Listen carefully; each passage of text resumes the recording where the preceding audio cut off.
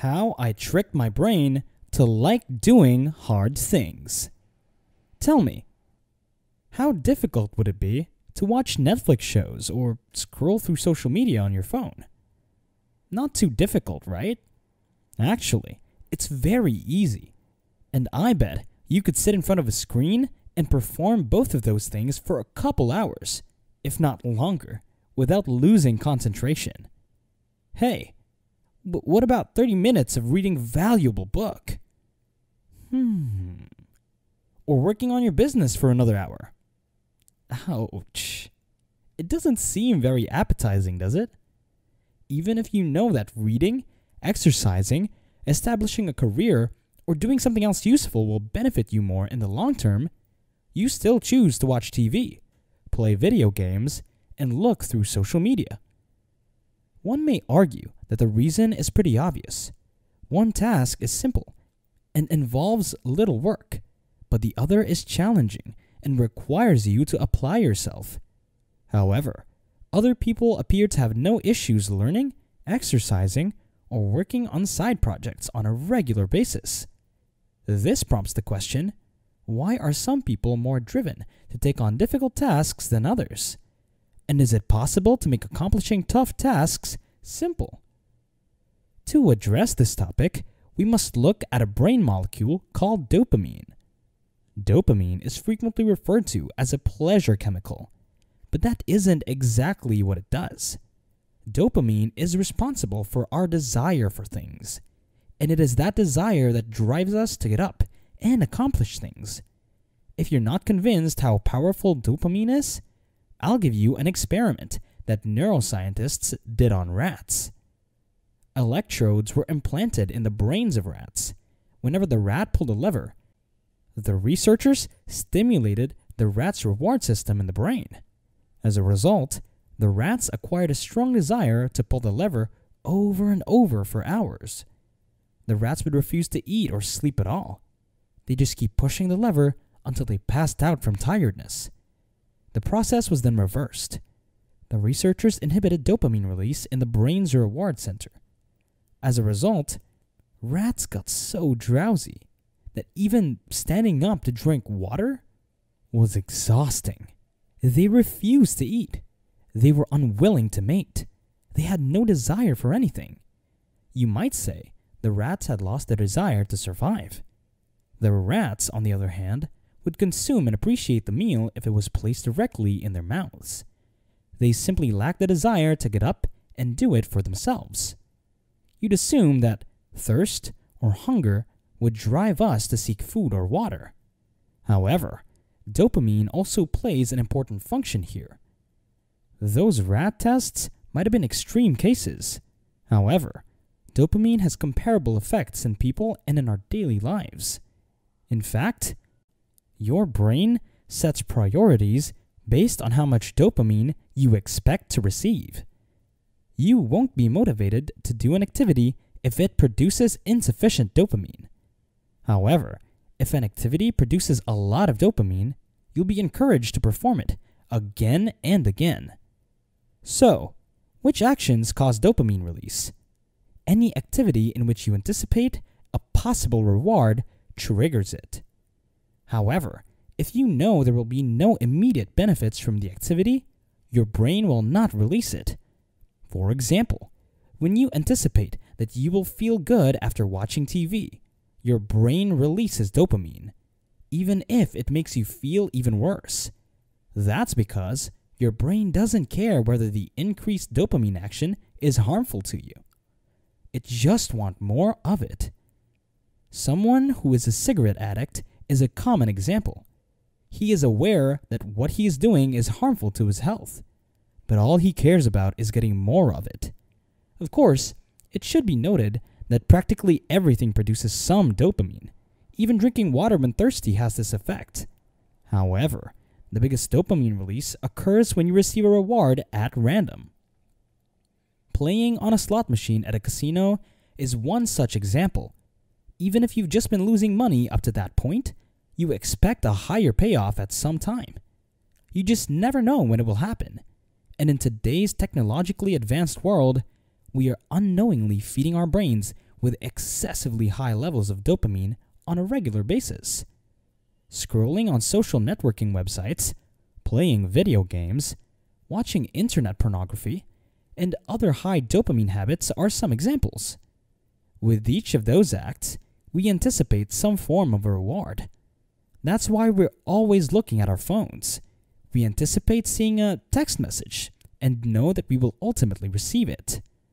We're turning into those rats who pull the lever in search of a new chemical release. And you might think that it's harmless, but you are completely mistaken.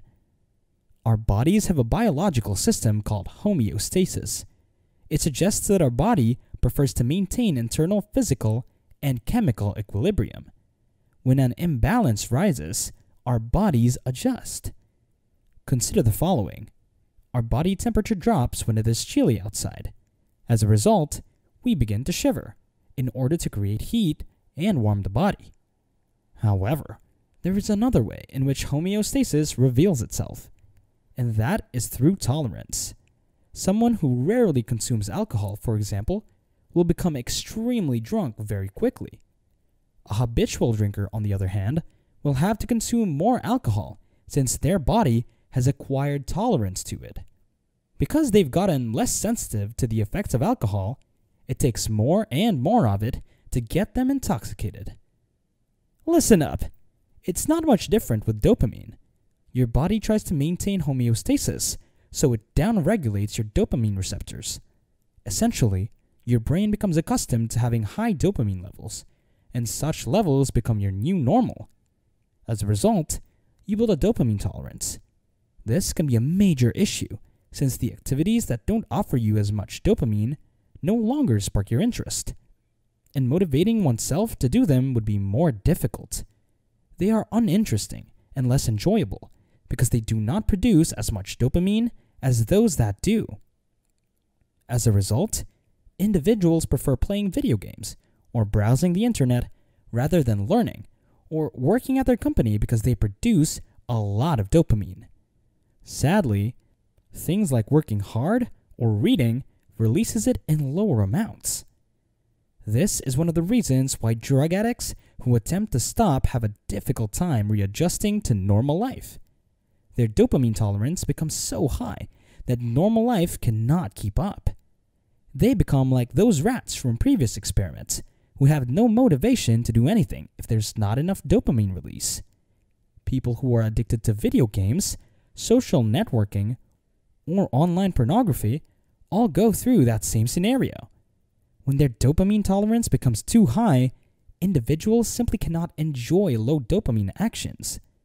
Which begs the question, is there anything that can be done to prevent this from happening? The solution is that you must do a dopamine detox. You may already have an idea of what dopamine detox is. What you're going to do is set aside a day where you're going to avoid all the highly stimulating activities.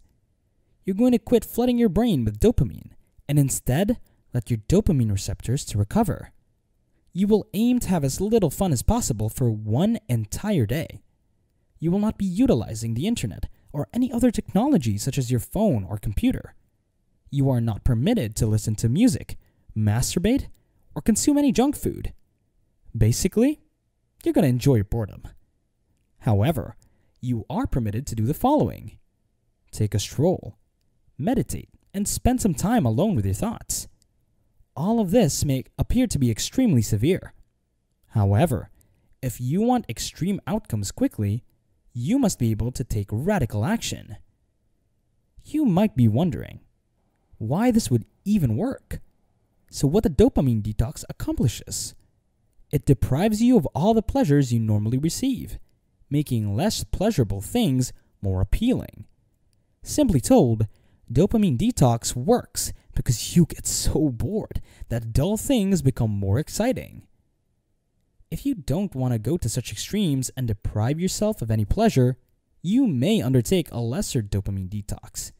You will choose one day every week when you will entirely abstain from one of your high dopamine habits. Whatever that conduct is.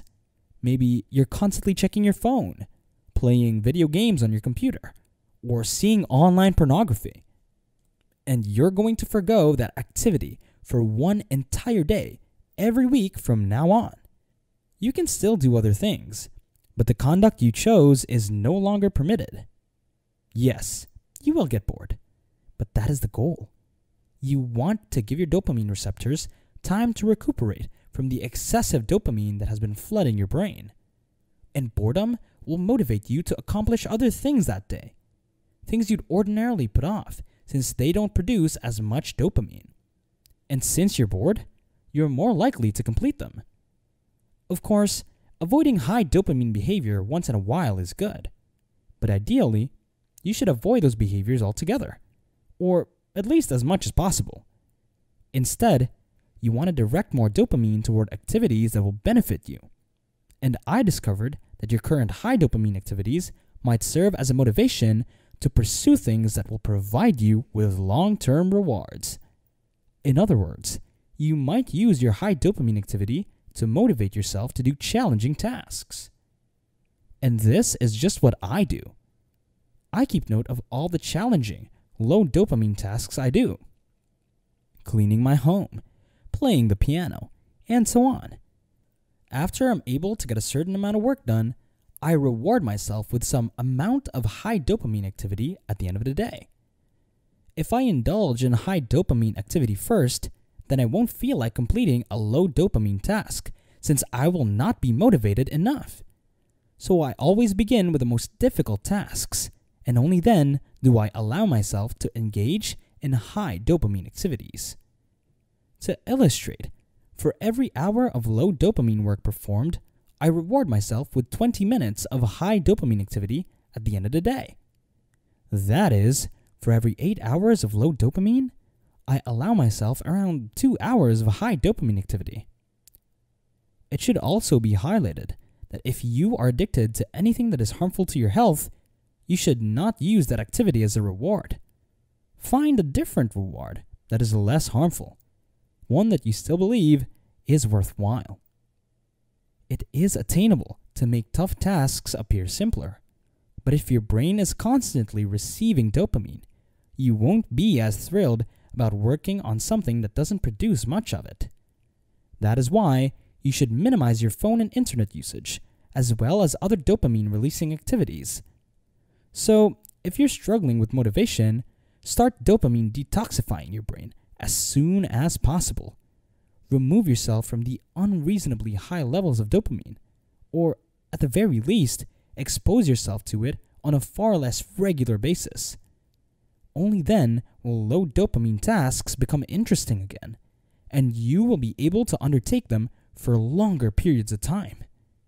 To some extent, we are all dopamine addicts, and that's a wonderful thing because dopamine encourages us to attain our objectives.